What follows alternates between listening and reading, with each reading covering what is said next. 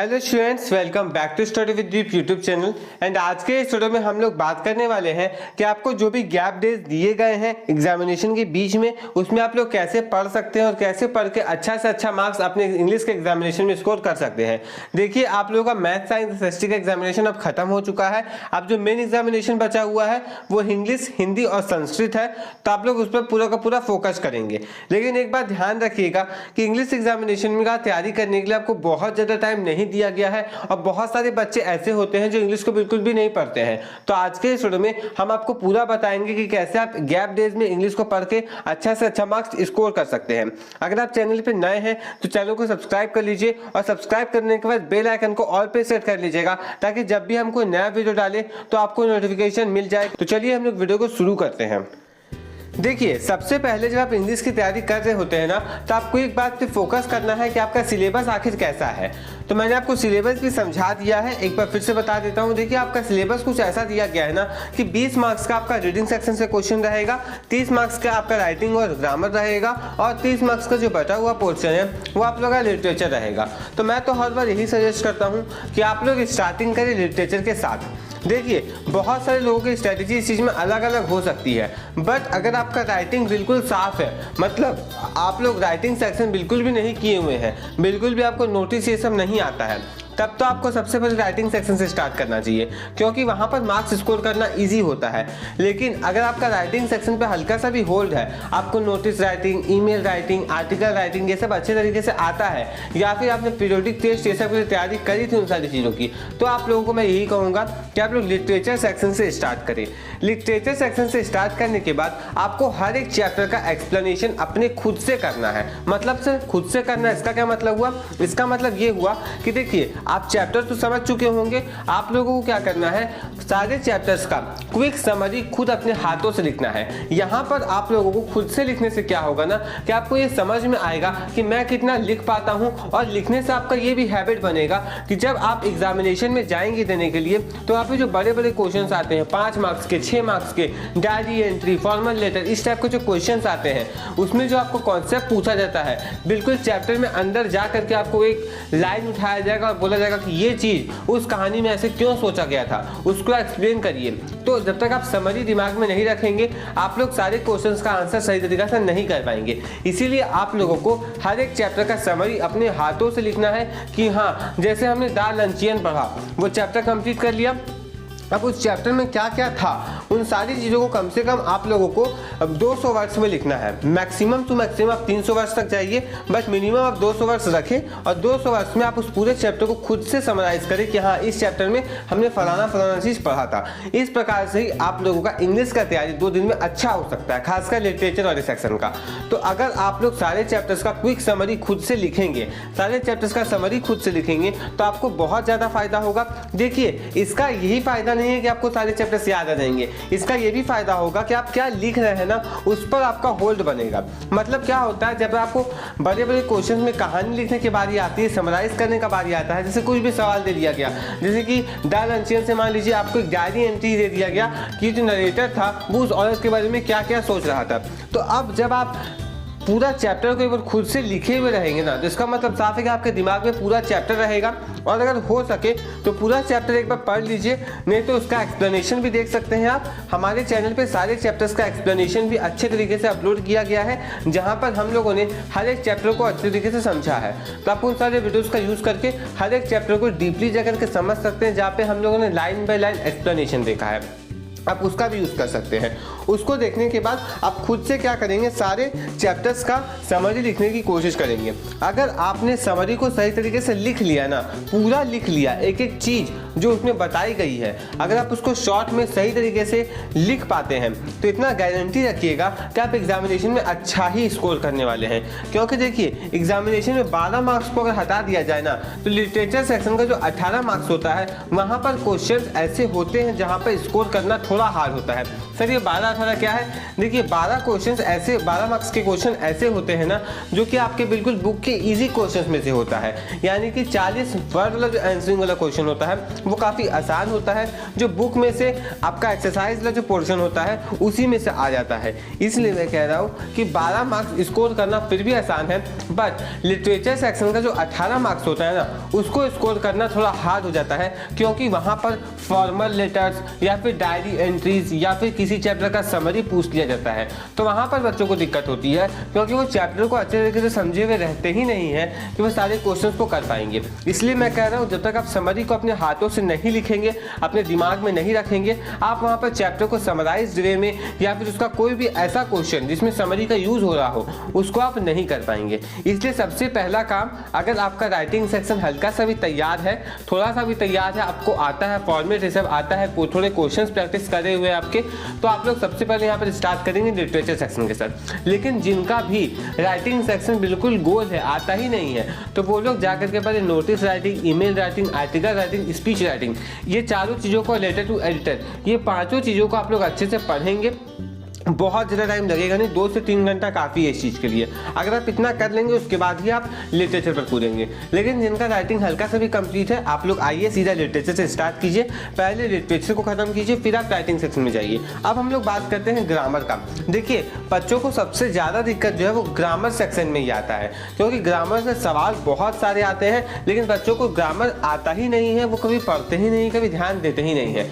लेकिन हाँ, ग्रामर से सवाल आपके सैंपल पेपर में दिया गया है। हम कुछ देर में आपके साथ सैंपल पेपर भी डिस्कस कर लेंगे कि किस प्रकार का इंग्लिश का सैंपल पेपर है, और वहाँ पे भी आपको समझ में आ जाएगा कि हाँ किस किस प्रकार के क्वेश्चंस आते हैं। लेकिन देखिए बेसिकली ग्रामर में ना जो सबसे इंपॉर्टेंट चीज़ अभी आपको दिख रहा होगा वो होगा डायलॉग कंप्लीशन। डायलॉग कंप्लीशन मतलब 2 लोगों के बीच में कुछ वार्तालाप होता होगा, उसको आपको कंप्लीट करना होता है। कभी कभी आप लोगों को आधा स्टोरी दे करके उस स्टोरी को पूरा करने को कहा जाता है। तो उस टाइप के जो भी क्वेश्चंस होते हैं ना वो आप लोग तभी कर पाओगे जब आपको ग्रामर आता होगा। अब जैसे 7th क्लास में जब आप थे तो आपको एडिटिंग वाला सवाल दिया जाता था, अभी भी कभी कभी एडिटिंग पूछ लिया जाता है, ओमिशन पूछ लिया जाता है। तो आप लोगों को जब तक टेंसेस नहीं आएंगे, जब तक आपको एक्टिव पैसिव वॉइस नहीं आएगा, रिपोर्टेड स्पीच ये सब नहीं आएगा, आप नहीं कर पाओगे। इसके लिए सबसे अच्छा और सबसे ज़रूरी चीज़ है कि आप इंग्लिश प्रैक्टिस बुक में जितने भी इस टाइप के क्वेश्चन है, जैसे कि डायलॉग कंप्लीशन वाला क्वेश्चन, उसके साथ साथ वही एडिटिंग वाला सवाल, ओमिशन वाला सवाल, आप लोग उनको अपने ही प्रैक्टिस बुक से जरूर प्रैक्टिस कर लें, क्योंकि प्रैक्टिस बुक आपके प्रैक्टिस के लिए ही है। और आप देखेंगे, देखिए एग्जामिनेशन में ना बिल्कुल as it is practice book से सवाल उठ करके नहीं आएगा, ये मैं गारंटी देता हूँ। बट हाँ इतना होगा कि उसी टाइप के क्वेश्चन आपके एग्जामिनेशन में आते हैं, क्योंकि प्रैक्टिस बुक से डायरेक्टली सवाल नहीं पूछे जाते हैं। उसके बाद रीअरेंजिंग वाला जो सवाल आता है, अब रीअरेंजिंग वाला जो सवाल होता है ना वो ग्रामर का काफ़ी ईजी सवाल होता है। ग्रामर सेक्शन के अंदर तो आता है, लेकिन वो आपका कॉमन सेंस चेक करता है कि आपको सेंटेंस बनाने आता है कि नहीं। अगर हम सेंटेंस के अलग अलग वर्ड्स को उथल पुथल करके दे देंगे तो आप उसको मीनिंगफुल सेंटेंस में चेंज कर पाओगे या फिर नहीं, ये चीज़ आपका चेक होता है। ओके, इसलिए उसको हम लोग ग्रामर सेक्शन में नहीं रखते हैं, उसको हम लोग कॉमन सेंस के अंदर रखते हैं कि आप सेंटेंस को फ्रेम कर पाओगे या फिर आप सेंटेंस को फ्रेम नहीं कर पाओगे। ओके, तो वो तो हो गया आपका रीअरेंजिंग वाला पोर्शन। लेकिन जो एडिटिंग होता है, जो डायलॉग कंप्लीशन होता है, जो ओमिशन होता है, ये तो आपको बिल्कुल ध्यान से अच्छे से प्रैक्टिस करके ही जाना पड़ेगा। 2-4 क्वेश्चन अगर आप लगाओगे ना तो आपको आइडिया मिल जाएगा कि कहाँ कहाँ गलती होता है सवाल में और क्या सुधार करके मेन हमें करना पड़ता है। बेसिक गलती वर्ब में किया जाएगा, टेंसेस में किया जाएगा, कुछ चीज़ों को छोड़ दिया जाएगा, इसके जगह आर का यूज़ कर दिया जाएगा। इसी प्रकार की चीज़ें आपके एग्जामिनेशन में आपको दिया जाता है। बस अगर आप प्रैक्टिस करोगे तो आप उन सारे चीज़ों को क्रैक कर लोगे और आप अच्छा मार्क्स स्कोर कर पाओगे। ये तो हो गया हमारे ग्रामर सेक्शन का बात। लेकिन बहुत सारे बच्चे राइटिंग सेक्शन को लेकर के परेशान होते हैं। देखिए मैं तो इतना ही जानता हूँ कि राइटिंग सेक्शन पर आपका कभी भी होल्ड नहीं होता है। आप चाहे किसी भी एग्जामिनेशन में जाओ, आप 12th में चले जाओ, 10th में चले जाओ, 9th में चले जाओ, या फिर आप 7th में कभी होगे, उस समय भी आपका राइटिंग सेक्शन पर कभी भी होल्ड नहीं होता है। देखिए राइटिंग सेक्शन बिल्कुल रियल टाइम की तरह होता है, मतलब आपको वहाँ पर अपना दिमाग का उपयोग करना है और वहाँ पर आपको रियल टाइम में आंसर्स लिखने होते हैं। आप फ्रेम कर पा रहे हो नहीं कर पा रहे हो, आपका माइंडसेट कैसा है वो वहाँ पर चेक किया जाता है। इसलिए हम लोग रीडिंग सेक्शन के बारे में में ऐसा बहुत ज़्यादा बातें नहीं कर सकते हैं, क्योंकि जैसा भी पैसेज आपको उस एग्जामिनेशन में दे दिया जाएगा आपको सॉल्व करना ही पड़ेगा। आप इधर उधर का कोई भी चीज़ उसमें यूज़ नहीं कर सकते हो। अब मान लीजिए बहुत हार्ड पैसेज आ गया, क्वेश्चंस उसमें से आपको मिल रहे हैं, ठीक है, लेकिन आप आंसर फ्रेम नहीं कर पा रहे हो, आपको उसके अंदर आंसर आप नहीं खोज पा रहे हो, तो बहुत ज़्यादा दिक्कत होता है। जैसे कि 10th के CBSE में एक बार ऐसा क्वेश्चन आ गया था, बच्चों को आंसर ही नहीं मिल रहा था। तो अब कोई बच्चा कितना भी प्रैक्टिस करके गया हो, बहुत ज़्यादा भी प्रैक्टिस करके गया हो, तो भी उसको दिक्कत आई होगी। लेकिन हाँ, अब जिसका प्रैक्टिस था उसने उन सारे क्वेश्चंस को कर लिए होंगे, लेकिन जिनका प्रैक्टिस ही नहीं था वो तो वहाँ पर हार गए होंगे ना। इसलिए मैं कहता हूँ कि रीडिंग सेक्शन पर बहुत ज़्यादा आपका कंट्रोल नहीं हो सकता। रीडिंग सेक्शन पर मैं तो यही सजेस्ट करूँगा कि मिनिमम 5 क्वेश्चन, यानी कि 2-2 पैसेज करके 5 पेपर्स आप लगा लीजिए। 10 पेपर आपका हो जाएगा, यानी कि 10 क्वेश्चन आपका हो जाएगा बेसिकली 5 पेपर से, तो वो काफ़ी हो जाएगा आपके प्रैक्टिस के लिए। बट फिर वही बात है, अगर ऐसा क्वेश्चन आ गया जिसमें आंसर्स ही नहीं मिलने लगे तो फिर उसका कोई गारंटी नहीं रह जाएगा। इसीलिए आपको प्रैक्टिस करके जाना है। हो सकता है ऐसा क्वेश्चन आ जाए जो काफ़ी ईजी था, आप उसे क्रैक कर लो। हो सकता है ऐसा क्वेश्चन आ जाए थोड़ा टफ हो, लेकिन बहुत ज़्यादा ऐसा क्वेश्चन आ जाएगा बिल्कुल एक्स्ट्राऑर्डिनरी, कोई आंसर ही ना मिले, ऐसा नहीं होता है। इसीलिए आप लोगों को 5-10 क्वेश्चन लगा लेने हैं, इससे आपका ही भलाई होगा। तो ये तो होगा रीडिंग सेक्शन का बात। इसलिए मैं ज़्यादा रीडिंग सेक्शन पे बात भी नहीं करता हूँ, क्योंकि देखिए ये आपको वहीं पर अपना दिमाग का यूज़ करके सॉल्व करना पड़ता है, वहीं पे आपको सारे आंसर को क्रैक करना पड़ता है। इसीलिए आपका जो मेन कंट्रोल है वो लिटरेचर सेक्शन पर रहेगा, मेन कंट्रोल आपका राइटिंग सेक्शन पर रहेगा, ग्रामर सेक्शन पर रहेगा, लेकिन रीडिंग सेक्शन पे उतना ज़्यादा कंट्रोल आपका नहीं होता है। इसके बाद हम लोग एक बार फिर से बात करते हैं लिटरेचर सेक्शन का। देखिए लिटरेचर सेक्शन पे आप लोग एक बात बिल्कुल ध्यान रखिएगा कि जब तक आप समरी को खुद से नहीं लिखोगे ना, आप लोगों का उतना होल्ड नहीं बनेगा किसी भी चैप्टर पे। इसलिए समरी को खुद से लिखना, अपने हाथों से लिखना, उसको पढ़ना, वो आपके लिए जरूरी होगा। समरी को सिर्फ लिखना नहीं, लिख के रखना भी है, ताकि एग्जामिनेशन जब आप देने जाओ ना तो आप सारे चैप्टर्स को एक बार अच्छे से पढ़ लो फिर से, ताकि सारी चीज़ें आपके दिमाग में आ जाए। जब तक आप समरी नहीं लिखोगे, आप लोग डायरी एंट्री वाले क्वेश्चन, फॉर्मल लेटर जो दादी को लिखा जाता है कि हाँ हमने ये कहानी पढ़ा, इससे क्या लर्निंग्स है, वो दादी को लिख करके बताइए। अब उस चैप्टर का जब तक आप लोग ये नहीं जानोगे क्या था उस चैप्टर में, आप कैसे करोगे? सिंपल सा बात है। इसलिए समरी लिखना जरूरी है। ये तो हो गया हमारी रीडिंग सेक्शन का बात और लिटरेचर सेक्शन का बात, फिर से एक बार हमने कर लिया इस बारे में। अब आप लोग फिर से एक बार सुनिए राइटिंग सेक्शन का। देखिए राइटिंग सेक्शन के जो भी टॉपिक्स है वो आप लोगों को आपके डीएवी बोर्ड के द्वारा खुद बता दिए गए हैं कि राइटिंग सेक्शन में बेसिकली क्या क्या आता है। खास करके जो क्वेश्चन नंबर 4 आपका आने वाला है, स्पीच राइटिंग या फिर आर्टिकल राइटिंग, उसका टॉपिक डीएवी बोर्ड ने ऑलरेडी बता दिया है। आपको स्क्रीन पर दिख रहा होगा 10 टॉपिक्स आपके एग्जामिनेशन में दिए जाते हैं, हर साल का यही है, अभी तक तो इसे चेंज नहीं किया गया, पिछले 5 साल से यही चल रहा है फिलहाल। तो आप लोग क्या करोगे ना, इन सारे टॉपिक्स को अच्छे से प्रिपेयर करोगे। देखो आपके एग्जामिनेशन में ये 5 टॉपिक्स 10 टॉपिक्स में से सवाल आना निश्चित है।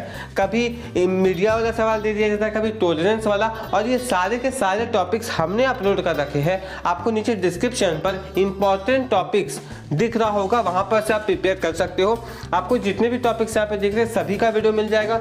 कुछ एक आध ऐसे टॉपिक्स है जिन पर वीडियो अपलोड नहीं है, कुछ दिन में आपको वहां पर वीडियो अपडेट हो जाएगा, लेकिन जो अपलोड है उसे आप लोग पहले ध्यान से पढ़ लो। एक बार पढ़ लेने से क्या होगा कि क्या लिखना है आपके दिमाग में कंटेंट आ जाएगा कि हाँ ऐसे लिखना है।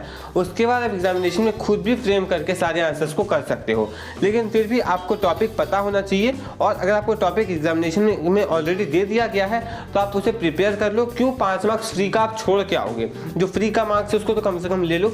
इसलिए आप लोगों को जो भी टॉपिक्स आपके एग्जामिनेशन में दिए गए हैं, जो भी सिलेबस में दिए गए हैं, उसको अच्छे से कर लीजिएगा। और हाँ, एक बार जाकर के सिलेबस देख लीजिएगा कि कितने एमसीक्यू वाले क्वेश्चंस आएंगे, ये सब। बाकी हम लोगों ने सिलेबस डिस्कस कर लिया, जैसे कि मैंने आपको पहले वीडियो की शुरुआत में कह दिया कि सिलेबस देखना जरूरी है, समझना जरूरी है किस किस प्रकार के क्वेश्चंस आपके एग्जामिनेशन में आने वाले हैं। इसलिए जाकर के एक बार सिलेबस देख लीजिएगा। नीचे डिस्क्रिप्शन में आपको उसका लिंक मिल जाएगा, पिन कमेंट में भी उसका वीडियो आपको मिल जाएगा। तो आप लोग जरूर से जरूर जाकर के उस वीडियो को देख लीजिएगा। तो आज का वीडियो हम लोग यहीं तक रखेंगे, जहां पर मैंने आपको बताया कि कैसे आप लोग इंग्लिश में अच्छा स्कोर कर सकते हैं, कैसे आप लोग 2 दिन में इंग्लिश पढ़ सकते हैं। सिंपल सा बात फिर से बता दे रहा हूँ एक बार, अगर राइटिंग सेक्शन तैयार है लिटरेचर से स्टार्ट करिए, नहीं तैयार है तो राइटिंग से स्टार्ट करिए, क्योंकि राइटिंग को खत्म करना फिलहाल आपके लिए काफ़ी इजी भी होगा। और आप लोग अगर फॉर्मेट भी कम से कम देख लेंगे, समझ लेंगे, 3-4 क्वेश्चंस लगा लेंगे, तो आप लोगों का वो जो टॉपिक है वो क्लियर हो जाएगा। इसलिए कह रहा हूँ कि लिटरेचर सेक्शन से स्टार्ट करिए, अगर आपका राइटिंग हल्का फुल्का भी तैयार है तो। बाकी इस वीडियो में हम लोग इतना ही रखेंगे।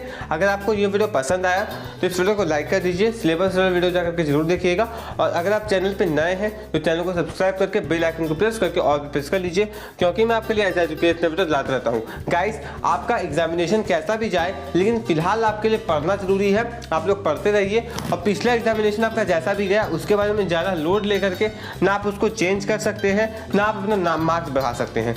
जो बच्चों को इस बात का डर लग रहा है कि हम पिछले एग्जामिनेशन में फेल हो गए तो देखो, अब जो होना है वो तो होगा। नहीं पढ़े थे, नहीं लिख कर क्या हो तो मार्क्स तो कटेंगे ही। और जिनको फेल होने का डर लग रहा है, देखो बहुत सारे बच्चों के लिए कंपार्टमेंट को ऑर्गेनाइज कराया जाता है, तो आप लोग पहले जो एग्जामिनेशन बचे हुए उस पर फोकस करो। जब फाइनल रिजल्ट आएगा तो कंपार्टमेंट में भी आपको कुछ दिन का टाइम दिया जाता है, इसलिए उसका लोड ले लेकर के आप लोग बाकी एग्जामिनेशन को खराब मत करो, अपना जी जान झोंक दो और अगले एग्जामिनेशन में अच्छा से अच्छा परफॉर्म करने की कोशिश करो। बाकी जो होना है तो होके रहेगा। मिलते हैं नेक्स्ट वीडियो में। Thanks for watching.